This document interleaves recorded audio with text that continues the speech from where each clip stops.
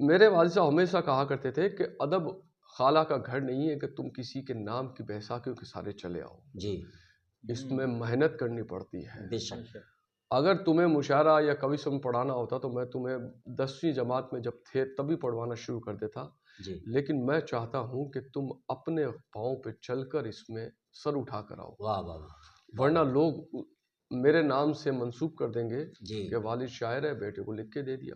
ہاں. میں بتاؤں آکاش وانی میں ایک پروگرام ہوا کرتا تھا، جی تو اس میں میرا پہلا لیٹر آیا کہ آپ کو یووانی میں ایک پروگرام میں اپنے کلام پڑھنا ہے. جی تو میں بڑا خوش بھی ہوا، لیکن ایک یہ بھی تھا خوف کہ والد صاحب اس کی اجازت دیں گے یا نہیں دیں گے. جی تو میں نے اپنی والدہ کو کچھ غزلیں لکھ کے اور کہا کہ امی ابا سے چیک کروا دیجیے گا، اصلاح کروا دیجیے گا تاکہ میں آکاش وانی میں جا کے پڑھ لوں. جی تو میرے والد صاحب سو رہے تھے اور دوپہر کے وقت میں وہ اٹھے تو میری والدہ نے کہا کہ ارشاد کا پروگرام ہے آکاش وانی میں، تو یہ غزلیں اس نے کہی ہے چیک کر لیجئے.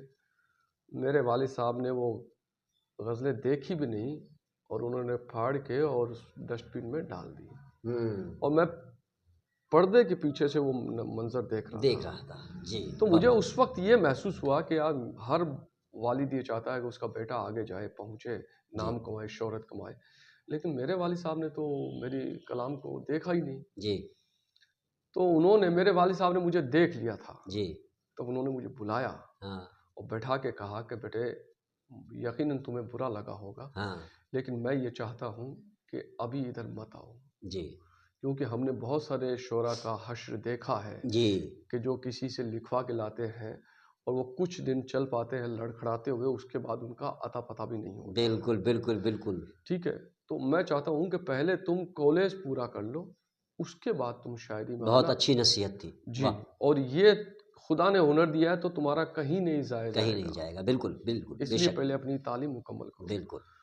ہم چھپ چھپ کے لکھتے رہتے تھے، ہاں والد صاحب سے چھپ کے بھی لکھتے رہتے تھے. پھر کالج میں گئے تو وہاں کی کالج کی ایک میگزین تھی سنویدا، جی اس کا سہ سمپادک مجھے بنا دیا گیا. جی تو میں نے کہا کہ میرے والد کو معلوم چلے گا تو ہاں. میں اس میں اس طرح سے شامل نہیں ہو سکتا. ہاں تو مجھے کہا گیا کہ بھائی آپ اسٹوڈنٹس کے کلام وغیرہ یکجا کر لو اور ہمیں لا کے دکھاؤ. تو اس میں میرا بھی کلام شائع ہوا. جی تو کیونکہ پرنسپل جو والد صاحب کے دوست تھے، وہاں کے جو لیکچرارز تھے وہ بھی میرے والد صاحب کے دوست تھے.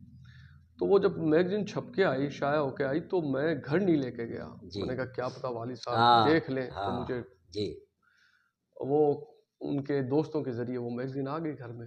جی تو انہوں نے دیکھ کے مجھے بلایا، بولے کہ پھر غلطی کر لی، کیوں ابھی کیوں؟ کیا تم میرے نام کے بغیر اپنی پہچان بنا سکتے ہو؟ میں نے کہا آپ کا ساتھ ہوگا تو. کہ نہیں، تمہاری شناخت ہے عزیز اعلیٰ صاحب کے صاحبزادے ہیں، ادب میں اب اپنا مقام خود بناؤ. واہ واہ واہ. تو انتظار کیا خوب ہم نے جی کہ وہ وقت کب آئے گا. جی اور کئی شعراء گھر پہ آیا کرتے تھے، وقتاً فوقتاً نشستیں ہوا کرتی تھی، تو وہ بھی کہتے تھے والد صاحب کو کہ جی صاحب صاحبزادے کو بلاؤ، ان کا بھی کلام سنیں. تو وہ یہ کہتے تھے کہ ابھی وہ اس لائق نہیں ہے. واہ. تو اس طریقے سے پھر انتظار کرتے رہے. ایک وقت آیا جب والد صاحب کے ساتھ ایک ہی اسٹیج پہ مشاعرہ پڑھا ہم نے. واہ. تو ایک یہ بڑا تکلیف دہ سفر تھا. ماشاء اللہ. ہاں، والد صاحب یہ ضرور کہا کرتے تھے بیٹے کسی بھی جگہ پہ اگر آپ جاتے ہو تو آپ کی شناخت کب ہوگی؟ جب آپ تھوڑا سا صبر کریں گے. جی بے شک بے شک. ادب تو صبر چاہتا ہے، خود کو خرچ کرو تب جا کے ادب میں سے کچھ ذرے تمہیں دستیاب ہوں گے. یہ تو وہ سمندر ہے کہ اس میں جتنا گہرا ڈوبو گے اتنے آپ کو گوہر ملیں گے. کنارے بیٹھ کے آپ گوہر کا خواہش مند تو ہو سکتے لیکن اس کو حاصل نہیں کر سکتے. بے شک بے شک. تو یہ الزام آئے مجھ پہ بھی. جی. لیکن دھیرے دھیرے لوگوں کو معلوم ہوا جب والد صاحب کا انتقال کے بعد میں کچھ ترین مشاعرے ہوئے جی تو ہم نے اس میں کلام کہا اور مشاعروں میں گئے، چاہے وہ سلام کے نشستیں ہو یا نعت کا مشاعرہ ہو. اور ایک شخص تو میرے والد کے بعد میرے پاس آیا ایک مصرع لے کے، تو بولے کہ اس پہ ایک گرا لگا دیجئے. تو ہم نے کہا کہ بھائی یہ دیا کس نے؟ کہ یہ صاحب انہوں نے منع کیا ہے کہ نہیں بتانا. آزمائش. ہاں جی میں رسم الخط سے پہچان گیا ہوں جی تحریر سے. میں نے کہا یہ جی جی جی فلاں شخص کی ہے. میں نے وہیں اسی وقت اس پہ گرا لگائی اور 2 شعر اور کہہ کے ان کو کہا کہ ان کی جا کے ان کو ادب سے میری طرف سے سلام کریے گا اور ان سے کہیے گا کہ اگر اس پہ کچھ خامی ہو تو درست کر دیں یا درست کر مجھے دیں، اشارہ اصلاح کر کر دیں. جی تو یہ ماحول رہا. واہ واہ واہ واہ واہ واہ، بہت بڑھیا. عمران صاحب، آپ کہاں سے بلونگ کرتے ہیں؟ جے پور میں کیسے آئے؟ اور شاعری کا شوق آپ کو کیسا لگا؟ ماشاء اللہ آپ کے شعر بڑے ہی طنجیہ ہوتے ہیں، میں نے پہلے بھی آپ کو سنا ہے. تو کیسے یہ شوق لگا؟ اور بہت شکریہ آپ کا. جی میں ایکچول میں رہنے والا تو جے پور شہر کا ہی ہوں، جی اور کافی وقت سے میں جو ہے شاعریاں سنتا تھا جی اور کافی سننے جایا کرتا تھا بڑے بڑے شاعروں کو. جی اور میرا یہ ماننا ہے کہ جو جو زمین سے جڑا انسان ہوتا ہے نا، جس کے ساتھ حالات آتے ہیں اور زندگی کو جس نے بہت قریب سے دیکھا ہے، تو وہ بہت کچھ کہنے لگ جاتا ہے. تو میں کافی ٹائم سے فیس بک پہ، تب مجھے بہر وغیرہ تو کچھ آتی نہیں تھی، کوئی استاد تھا نہیں، تو میں خیال لکھتا تھا. کچھ بھی خیال جو آیا ذہن میں اس کو میں نے لکھ دیا فیس بک پہ. یہ چلتا رہا، کافی لمبا ٹائم چلتا رہا.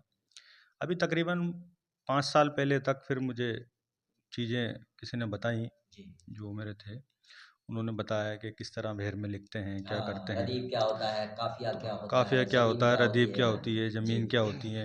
تقریباً میرے خیال سے 30 سے اوپر بہر ہیں، لیکن لوگ منیمم 2-3 بہروں میں زیادہ بس 2 ہی کہتے 3 ہیں، بہروں میں زیادہ زیادہ کہتے ہیں. جی تو وہ 2-3 بہریں پکڑ میں آ گئیں، جی سمجھ میں آ گئیں، چیزیں سمجھ میں آ گئیں، تو پھر وہ کہنا شروع کیا. تو پھر جو خیال تھے ان کو بہر میں کہنا شروع کیا. جی تو پھر وہ چلتا ہی رہا سلسلہ. ابھی 5 سال سے تقریباً میں ریگولر صحیح طریقے سے جو کہنا جس کو کہہ لیں، ماشاءاللہ میں بھی آپ کو تو 4 وہ 5 میں سال کہہ سے رہا ہوں. اور میری کوشش یہ ہے کہ ابھی جو نوجوان لڑکے ہیں میرے ساتھ، جی 20-22 سال کے لڑکے ہیں، جی ماشاءاللہ اس وقت 4-5 بہت لڑکے، اچھا کہہ رہے ہیں. تو وہ بہت اچھے شعر کہتے جی ہیں اور اچھا ذہن اور اچھی صلاحیت ان میں ہے. اور میں ان کے ساتھ ہوں، کافی ان کے لیے جو بھی کچھ کر سکتا ہوں کرتا ہوں. اور آپ کے یہاں بھی وہ لوگ آئے تھے، جی جی کافی ہمارے اچھا یہاں انہوں بھی نے آ پڑھا چکے ہے. ہیں. تو بس یہی اتنا صحیح میرا تعارف ہے. اور یہی اچھا، ویسے آپ روزی روٹی کی وجہ سے دیکھیے، شاعری کا تو ایسا ہے کہ وہ راحت اندوری صاحب کا ایک شعر ہے کہ جی چاند ایک ٹوٹا ہوا ٹکڑا ہے میرے جام کا ہے، واہ. چاند ایک ٹوٹا ہوا ٹکڑا میرے جام کا ہے، قول یہ میرا نہیں حضرت خیام کا ہے. اور مجھ سے پوچھو کہ غزل مانگتی ہے کتنا لہو، مجھ سے پوچھو کہ غزل مانگتی ہے کتنا لہو، سب سمجھتے ہیں کہ یہ دھندا بڑے آرام کا ہے. واہ واہ واہ واہ، خون جگر صرف کرنا پڑتا ہے. واہ واہ واہ واہ. تو یہ ماحول ہے. تو اس طرح سے میں یہ بھی جاننا چاہتا ہوں کہ شاعری کے علاوہ زندگی بسر کرنے کے لیے کیا آپ کرتے ہیں؟ جی تو روزی روٹی کا تو ارشد بھائی یہ ہے کہ میں ایک کمپنی میں کاپی رائٹ انسپیکٹر ہوں. اچھا، گورنمنٹ سروینٹ ہے؟ گورنمنٹ سے ریلیٹڈ ہی ہے، لیکن گورنمنٹ سروینٹ نہیں ہے. سمویدھا کہہ لو یا کسی ایجنسی کے تھرو کہہ لو. اس میں ہم لوگ کیا کرتے ہیں کہ یہ ڈپلیکیٹ جو پروڈکٹ ہوتے ہیں جی جی ان پر ریڈ کرتے ہیں. تو اس میں پولیس ہمارے ساتھ ہوتی ہے جی اور پھر ہماری ایویڈنس ہوتی ہے، ہم اس میں ایف آئی آر بناتے ہیں، مال ضبط کرتے ہیں، تھانے میں سب ہو جاتا ہے. پولیس کے سپورٹ سے وہ سب کام ہوتا ہے. تو کافی ٹائم سے میں اسی میں ہی ہوں، کافی وقت سے. اور ویسے میں ڈاکٹر بھی ہوں نیچروپیتھی میں، تو آیوروید یونانی دواؤں میں وغیرہ کرتا ہوں. لیکن فی الحال میں جو ابھی میرا جو ورک ہے وہ جو بھی ہے، اور اسی میں ورک کرتا ہوں. بہت اچھا. آپ کے کلام بھی ماشاءاللہ بہت اچھے. عزیز صاحب، میں آپ سے بھی جاننا چاہتا ہوں، میں نے ابھی کہا کہ شاعری جو ہے وہ اس سے گھر گرہستی تو چلتی نہیں ہے، جی جی. تو کیا کاروبار ہے آپ کا؟ دیکھیے میں ریلوے میں ملازم ہوں. واہ واہ واہ واہ واہ ماشاءاللہ. پہلے میں ریلوے پروٹیکشن فورس میں رہا، جی پھر ادھر سے میں ریلوے میں بیکانیر ورک شاپ ہے جو 1926 میں تشکیل ہوا. اچھا وہاں بھی ملازمت کر رہا ہوں۔ واہ واہ واہ واہ. اچھا، میں نے سنا ہے کہ آپ کی ایک دیوان شائع ہونے جا رہا ہے. ہو چکا ہے. تو دوسرا آ رہا کس طرح سے دوسرا آ رہا ہے؟ جی. تو کس طرح سے ہے، اس میں کیا چیزیں آپ نے شائع کروائی ہیں؟ آپ کی خود کی غزلیں جی. یا دیگر شعراؤں کی بھی؟ دیوان تو میرا خود کا اور شاعری بھی میری ہے، کیونکہ وہ تو ایک مجموعہ منفرد شعراء حضرات کا اگر یکجا کر کے کرے تو وہ ہے، لیکن وہ الگ مسئلہ ہے. یہ اچھا. دیوان میرا اپنا ہے. جی اور میں نے دیکھے میر کے غالب کے دیوان، جی اس میں کیا شرط ہے، پہلی شرط جی یا اور کیا اس میں ضروری ہے، ان کو مد نظر رکھتے ہوئے جی. تو الف سے یہ تک کی ردیف میں نے غزل کلام کہی ہے. ارے واہ واہ واہ واہ. مین آپ کا یہ یہ موٹو ہے اس میں کہ کیونکہ اس میں یہی ہے کہ الف سے یہ تک کے تمام حروف کے ردیف اچھا اچھا اچھا. میں آپ غزل کہیے جی تو دیوان مانا جاتا ہے. جی جی جی بالکل. جی. اور جب اس کے رسم اجرا پہ ڈاکٹر محمد حسین صاحب جو اس وقت بیکانیر میں ڈونگر مہا ودیالیہ کے ہیڈ آف دا ڈپارٹمنٹ تھے اردو جی صوبے کے، تو انہوں نے اس پروگرام میں یہ کہا تھا کہ یہ آزادی کے بعد بیکانیر کا پہلا دیوان ہے. واہ واہ. تو مجھے بھی معلوم نہیں تھا، نہ میں نے اس گمان میں کوئی کام کیا، جی کیونکہ بہت سارے لوگ کہتے تھے یار دیوان لکھنا بہت مشکل ہے اور اب اس کا چلن بھی نہیں ہے. تو میں نے کہا یار چلن کیوں نہیں ہے، وجہ کیا ہے اس کی؟ بھائی شاعر ہے جی تو ان کے مجموعے آ رہے ہیں، دیوان کیوں نہیں آتے ہیں؟ جی. تو لوگوں نے کہا کہ اس کا چلن ختم ہو گیا. میں نے کہا ختم ہو گیا یا مشکل کام ہے؟ تو وہ بولے کہ کچھ بھی سمجھ لیجیے. جی تو میں نے کہا نہیں، اب دیوان پہ کام کریں گے. جی پھر وہ دیوان آیا تو یہ مسئلہ ہوا. جی. اور ملک زیادہ جاوید صاحب بھی اس میں تشریف فرما تھے. اچھا اچھا. تو انہوں نے وہاں کہا کہ بھئی یہ آزادی کے بعد، آزادی سے قبل بیکانیر کے ایک شاعر تھے حاجی عبداللہ بیدل صاحب، جی ان کا دیوان آیا تھا 1931 میں. جی. اس کے بعد بیکانیر میں آزادی کے بعد میرا واہ دیوان واہ ہے واہ واہ آہٹ واہ. کے عنوان سے. واہ واہ. آہٹ. آہٹ آہٹ کا عنوان ہے اس جی دیوان کا. جی جی جی جی. جو ریختہ میں پورا ملے گا جی. دیوان. عزیز صاحب، میں اب تھوڑا سا آپ لوگوں کا کلام بھی سن لیا، آپ لوگوں کی تعارف بھی ہو گیا. میں اب تھوڑا سا اردو کی طرف آپ کو لے چلتا جی ہوں. جی. آج کا جو ماحول ہے کہ اردو فروغ کے لیے شاید بہت کم تنظیمیں کام کر رہی ہیں اور دن پہ دن اردو کا استر گرتا جا رہا ہے. جی.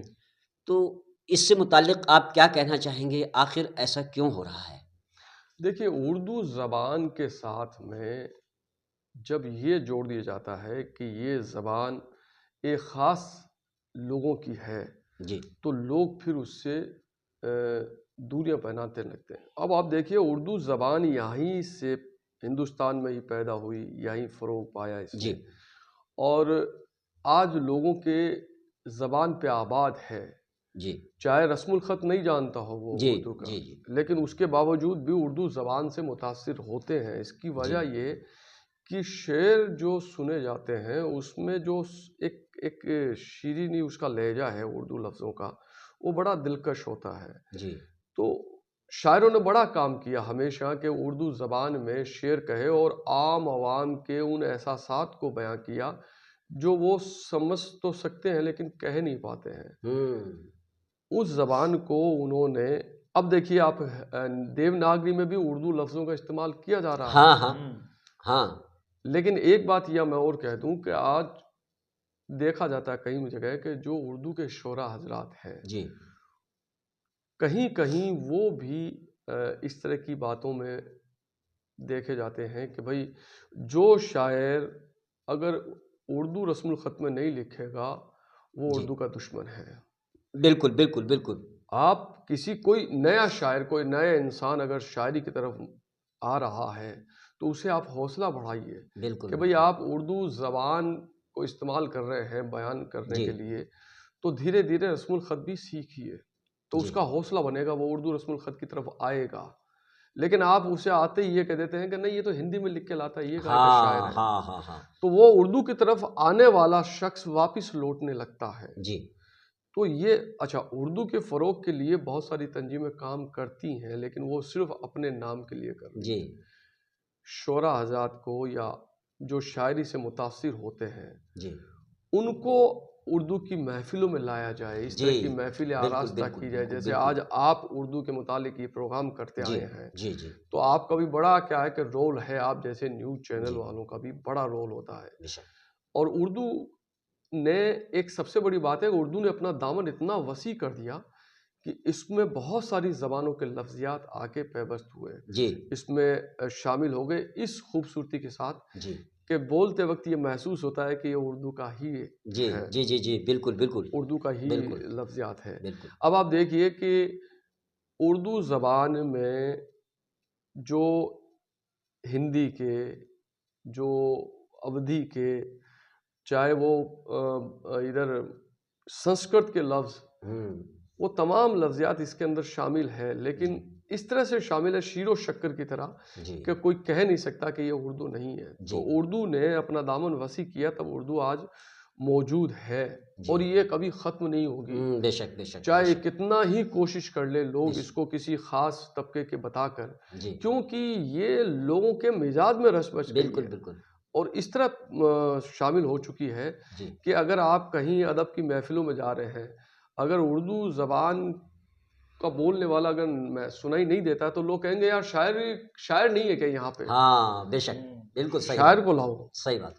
تو یہ خوبصورتی ہے اردو کی، اور اردو کے لیے عام عوام سب کام کر رہی ہے. جو مشاعرے کروا رہے ہیں وہ بھی اردو کو فروغ کے لیے کام کر رہے ہیں، اور جو مشاعرے سننے جا رہے ہیں وہ بھی اردو کے فروغ کے لیے کام کر رہے ہیں. کیونکہ سامعین کے بغیر مشاعرے نہیں، مشاعرے کے بغیر سامعین نہیں ہے. بالکل. تو کہیں نہ کہیں جہاں یہ محفلیں آراستہ ہوتی ہے یا جو اس کے کرنے والے ہیں وہ سب اردو کے حمایتی ہے، اور وہ کوئی اپنے اپنے طریقے سے اردو کے فروغ کے لیے بہتر کام کر رہے ہیں. اکیڈمیز جو ہیں وہ گورنمنٹ کے ذریعے کام کرتی ہے اپنے، ان کا بھی بڑا رول رہا ہے، لیکن کہیں جگہ دیکھتے ہیں کہ ان پہ سوال کھڑے ہوتے ہیں ان کے کام کرنے سے. تو وہ چیزیں ہوتی رہیں گی، لیکن اردو ہمیشہ زندہ باد ہے، زندہ باد رہے گی. بہت بڑھیا. اب وقت ہو چلا ہے آپ سے الوداع لینے کا. آج کے ہمارے مہمان خصوصی میں جناب عزیز صاحب تھے، بیکانیر سے یہاں تشریف لے کے آئے. عمران قیس صاحب یہاں تشریف لے کے آئے. میں ان کا بہت شکر گزار ہوں کہ اور بڑی آپ کی ذرا نوازی ہے کہ آپ نے زحمت کی یہاں آئے. میں آپ سے درشکوں سے کہنا چاہتا ہوں کہ ہمارے شخصیات کارکرم کو ہندوستان کی تمام جگہوں پر پرسارت کیا جاتا ہے، اور کوئی بھی ایسا شخص جس کے اندر کوئی بھی ٹیلنٹ ہے، کوئی بھی پرتبھا ہے، وہ ہمارے آل ہندوستان میں جہاں جہاں ہمارے رپورٹرز، بیورو چیف اور یا سنوادداتا ہیں، تو آپ کے اندر اگر وہ ہنر ہے تو اور آپ عام جنتا تک پہنچانا چاہتے ہیں ہمارے کیو پی نیوز کے مادھیم سے، تو ہمارے سنوادداتا یا بیورو چیف سے آپ کانٹیکٹ کریں اور انہیں اپنا پروگرام دیں تاکہ آپ کی آواز جو ہے وہ عام جنتا تک پہنچ سکے. اور میں کہنا چاہتا ہوں کہ اگر آپ نے ہمارا چینل سبسکرائب نہیں کیا ہے تو سبسکرائب بھی کریں، کیونکہ جو ہمارے یہاں سے خبریں پرسارت کی جاتی ہیں اور جو ایسے کارکرم جیسے شخصیات ہے اور انٹرویوز وغیرہ ہیں، ان کی اپڈیٹ آپ تک پہنچ سکے. اب ہمیں دیں اجازت. نمسکار. جے ہند. جے بھارت.